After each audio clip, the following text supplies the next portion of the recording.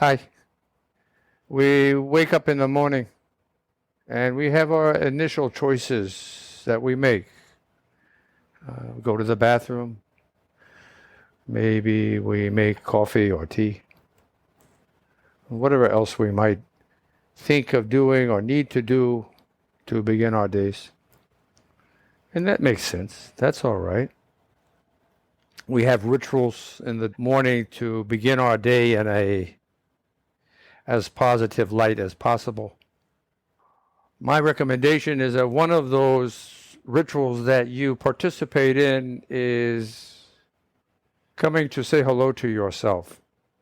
And we do that in meditation and mindfulness. It is why one does these things in the first place. So we come to a comfortable posture is again a ritual and undisturbed, same. And oftentimes, as has been said, that we begin to realize our physicality, that we begin to become more aware of our breathing, the pulse of our body as our heart circulates our lifeblood, and the actual act of living itself in the vibration of our being. These are easily assimilated and learned is maybe not the right word, become more aware of. These are tasks that I would ask you to consider to do. Learn about your breath. Practice your breath. Practice breathing. Practice becoming more aware of your breath. Practice in relaxing and becoming more calm. So again, oftentimes it is said, not just by me, but by many, that one slow their breath down and deepen their breath, making it longer, giving it some resiliency and some purpose that you have, to be mindful of it. Upon these conditions in themselves, it is important to have a sense of mind that is more than just this one pursuit, because as much as we're dealing with something that we all do unconsciously, because we are multitasking creatures, we're going to also unconsciously change our focus of attention to a myriad of different things, other thoughts, other activities that you may notice going on. The importance of my bringing attention to this is that one needs to be kind and understanding of one's own being, that you need to be nice, play nice, as they say. Be like a child. Be accepting, be allowing of yourself, that you will forget. Bring your mind back to what you are practicing, your concentration and your focus on your breathing. Doing this now, please. Being aware of your body, because I've suggested that you find that comfortable posture and in such an environment that you are undisturbed. And now I've added to it, seeking a conversation with your own breathing, your own technique.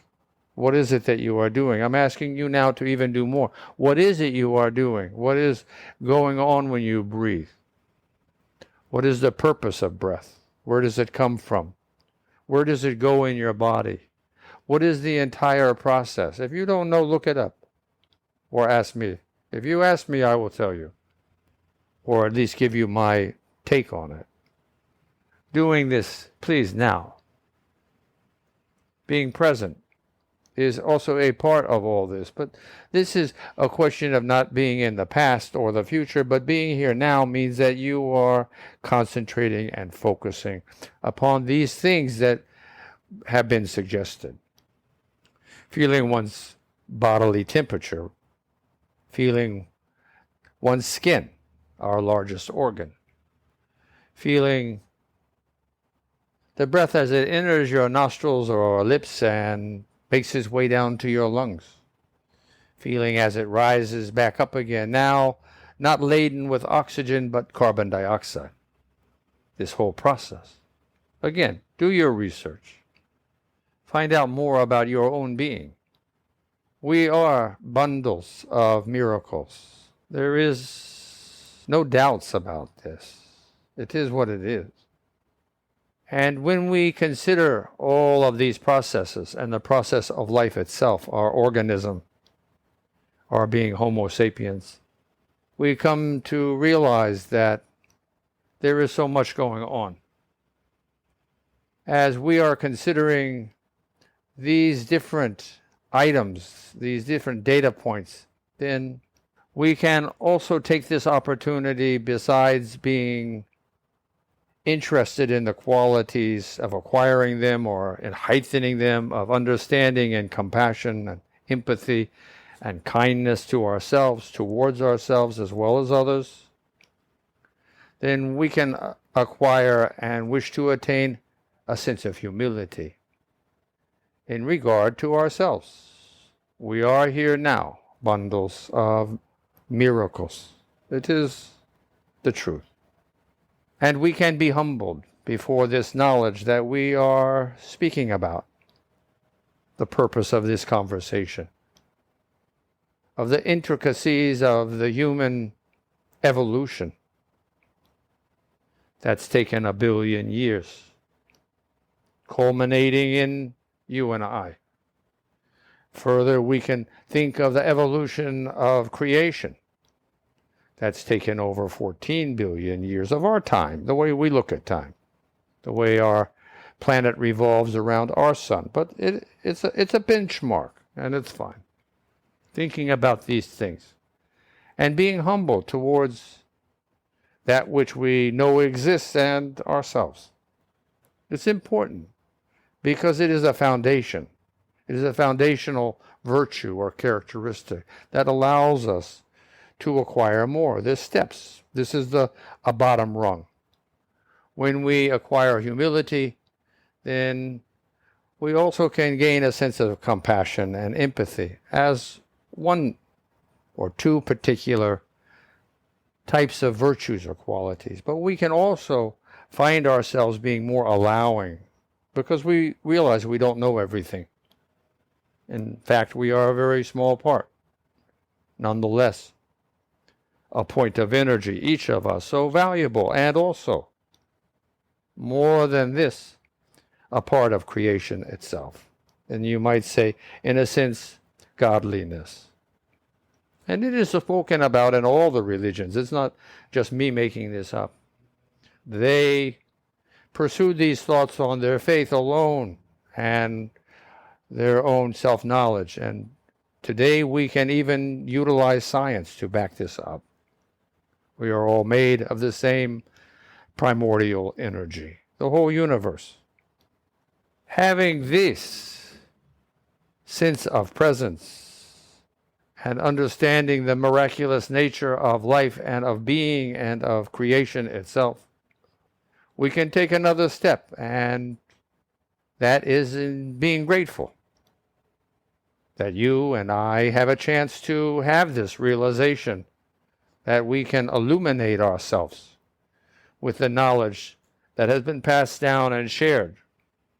So we have this opportunity then to, again, this is my sacred saying, but it can also be yours or something similar to it, to be here now, in this moment, realizing that we are a miracle and being humble in this knowledge and being grateful. This is a great deal to accomplish. It opens oneself up also, besides to allowing and accepting and having empathy and having compassion. It opens one up to awe. Awe being having a sense of reverence and a sense of astonishment. Oftentimes people confuse bliss and revelation with awe. Awe is both of these. So what we're suggesting, I'm suggesting, is that you allow yourself to be in awe of everything that you can. From the tiniest ant to the tallest and largest mountain. Everything to this planet, to this solar system, this galaxy. The trillions of galaxies that mankind is uncovering as time allows us to expand our perception, our sensitivity. This is what we're talking about. These are the basic aspirations that we can share. Just wanted to bring this to your attention because it's important to know where you should start, to know what you might care about. Doing this in your daily practice, which begins when you awaken and ends when you fall asleep, you're conscious, is our goal. To be aware, to be humble, and to be appreciative of the miracle that we share. I leave you with these thoughts. We need to develop these as we gaze beyond our own being and see the world as it is today. There is a great deal of confrontation and violence and of the many qualities that we wish not to prevail, but to lessen. And yet here they are, all over the place, everywhere. So you and I need to, in our individual ways, to do the best we can. If everyone in this world would feel this way, then no one would fight the wars that poor thinking leaders so easily begin. I apologize for bringing up such a sense of negativity, but it is part of our world, and we need to be honest with each other. There is a great deal that needs to be done. It starts with you and with me. Have a nice day. Remember whom you are. Smile. It may be that the world is on fire, yet we know how to put it out. We can put it out with love and understanding, with compassion, with empathy, with communication, with collaboration, with compromise. In every moment there is a chance for improvement. Remember, doing the very best you and I can. Remember, be in awe of creation, of the miracle of yourself. Namaste.